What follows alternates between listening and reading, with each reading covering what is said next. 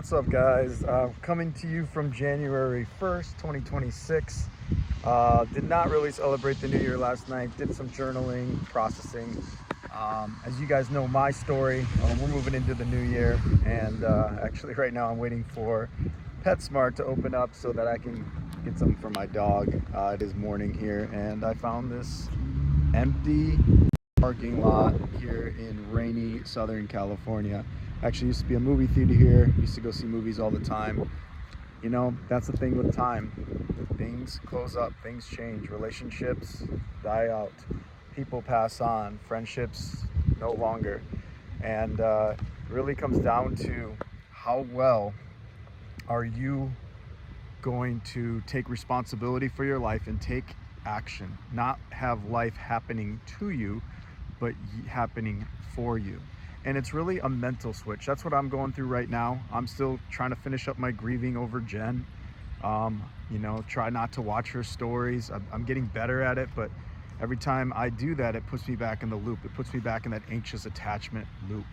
And every single time, if you've gone through a breakup, and the more you want somebody's attention, the more you reach out, the more you push them away. And the good thing for me, I've been really disciplined about not overreaching out, besides saying my last piece a few days ago, just kind of take her temperature a little bit.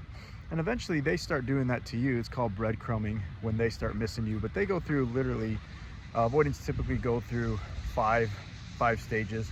And it's something like the first stage is relief, like, oh my goodness, I'm finally relieved. Like when you've gotten too close, you press too close to the sun, as I say, or too close to the stove.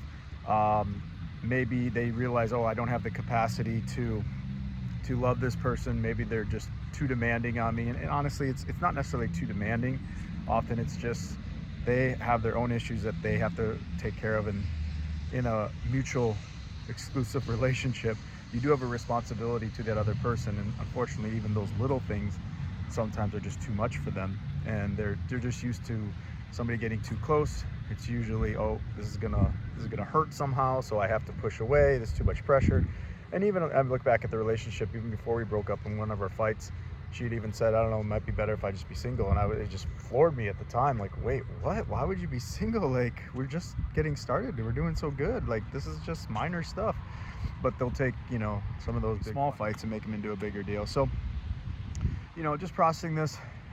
Typically what they go through that first stage, like I said, is like relief from their anxiety right after like a breakup, a fight, or whatever it may have been. And then now they're not talking to you. They're going their own way. Two, they're typically from there, it's going to be them regulating themselves. It could be them going out, posting lots of, thirst traps, fun videos. There could be some sad girl energy in there, where they appear to be sad. Then there's usually a third stage, which is more of their curiosity stage, calm. They might start looking at your posts, start kind of wondering, maybe opening up that door a little bit for you more. 4, it's nostalgia. That's when maybe they start replying, especially if you're leveling up your life. And I've said this before, the less you need somebody else's attention and you're seeking it out, the more you're regulating yourself and just moving on with your life, taking responsibility for your actions and your reactions, and just not handing the keys and the power of your life anymore. Once you start really leveling up, moving on, and saying, listen, you don't own me anymore. And of course, we're going through our 5 stages or 6 stages or whatever it is of grief. There's that anger, there's that bargaining, that first there's denial, but then there's ultimate sadness and depression, and then eventually acceptance as you go. Those are not the right order, though, so don't quote me on those. But you can vacillate between the different ones. And I know right now at times I go down to like back to anger, almost like, I don't know, anger, but frustration. Like, how did this happen? And then questioning and bargaining. If I only could go back to that night and fix it. Well, you might be able to fix that night, but it's inevitable. And sometimes you just got to be okay with like, hey, that's what I knew at the time. It's the information I was given. But now I am responsible for how I react. Am I going to let this person, am I going to hand them the keys to my life and let them continue to control me and affect me and, be a sad guy going throughout my day just with a cloud over my head? Or am I going to let this make me stronger? Because at the end of the day, I'm going to win.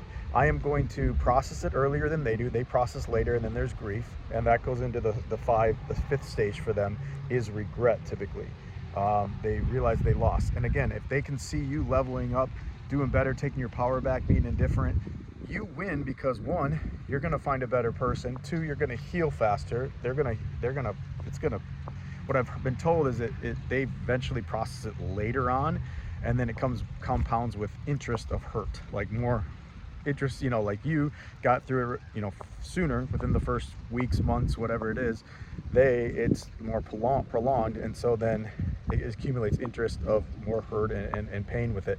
And then typically in that fifth stage, they have the chance where they'll actually come running back and try to fix it, or they'll double down, completely buy into the narrative that they're telling themselves. Often it's not the right narrative, it's just whatever they have to do to believe to get over them. And then they'll either, it's a fork in the road, they're either gonna come back or they'll double down and just basically seal that box, is what I've been told. But regardless, you're going to win because you're taking charge of your life. You're using this as motivation, as like, this is tough, it sucks, it hurts, but I'm gonna use this to get better in my life, and I'm gonna go forward. And then you also do possibly have the chance of them coming back. That could happen in that. But the question is, are they going to be healed enough? Are they going to be in a healthy enough place where you can not repeat the same mistakes? Because if you go back over it again, it'd probably be that much faster where they'll run away again. And the thing is, it's not your job, guys, to monitor their moods. So I say all that to be empowering you. I realize I'm struggling still in my spirit to not give Jen the keys to my emotions. And I say, no, I am responsible. And the people that take responsibility for their emotions after the breakup and say, okay, it hurt like hell, but I'm not going to let this define me. I'm not going to let them write the narrative of who I am. I know who I am. They can tell themselves who they are just to get over me. That's fine. If you have to do that, okay, great.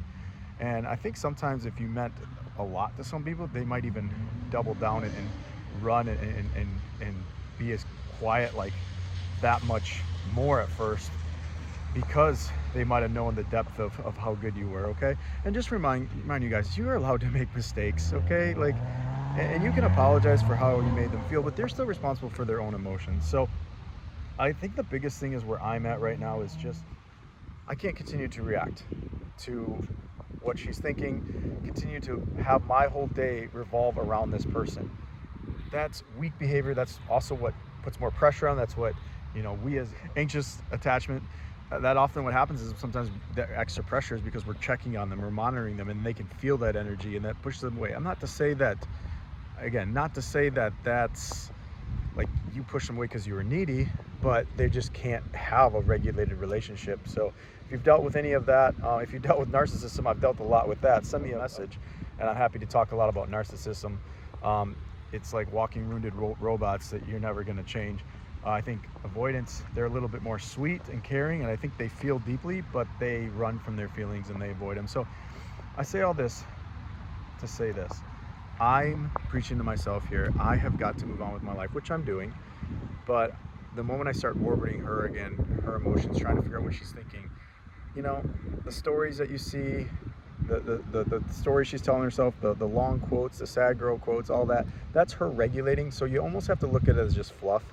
You can't, how many times people post things online, or they're liking somebody else's stories, or they're doing all this different stuff, but really they're just trying to regulate their emotions. And so that's not to stay in like denial of, oh, she might be coming back. No, that's not necessarily true, but that's how they cope with their things. Different people cope different ways. I've noticed a pattern with Jen. All I have to say is I cannot just sit there waiting for the phone to ring. I can't just sit there and watch her stories and be silent. I am doing, like a no contact thing right now, because I would absolutely love to have a conversation with her one day of just at the very least being friends and being amicable or something, whatever that word is.